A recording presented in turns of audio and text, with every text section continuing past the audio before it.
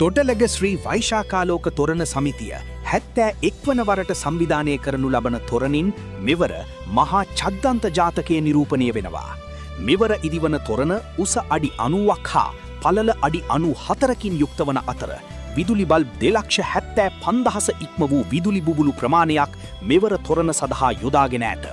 මෙහි චිත්‍ර නිර්මාණය ආනන්ද ජයලත් මහතා විසින්ද විදුලි ආලෝක රටා නිර්මාණය සුසන්ත පියල් මහතා විසින්ද සම්පාදනය කරනු ලබයි. ගැමුණු තරුණ බෞද්ධ සමිතිය හා දැල්තර ශ්‍රී සුමනාරාම පුරාණ මහා විහාරස්ථානයේ ගරුතර මහා සංඝරත්නය විසින් දෙවන වරට සංවිධානය කරනු ලබන තොරණෙහි මේ වන විට ඉදිකෙරමින් පවතින ආකාරයයි මේ. එසේම තොරණ නැරඹීමට පැමිණෙන ඔබට තොරණ තුලට පිවිසි තොරණ තුල නිර්මාණය කර ඇති අඩි 20කට වඩා උසින් යුත් පහන් කූඩුවක් දැක බලා ගැනීමට හැකියාව ලැබෙනවා.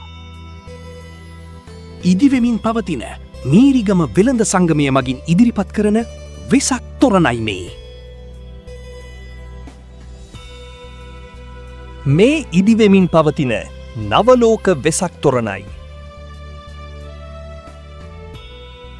මැයි 14 වන දින අතුරුගිරිය වෙසක් තොරණේ වැඩ කටයුතු සිදුවෙමින් පැවතුණු ආකාරයයි මේ.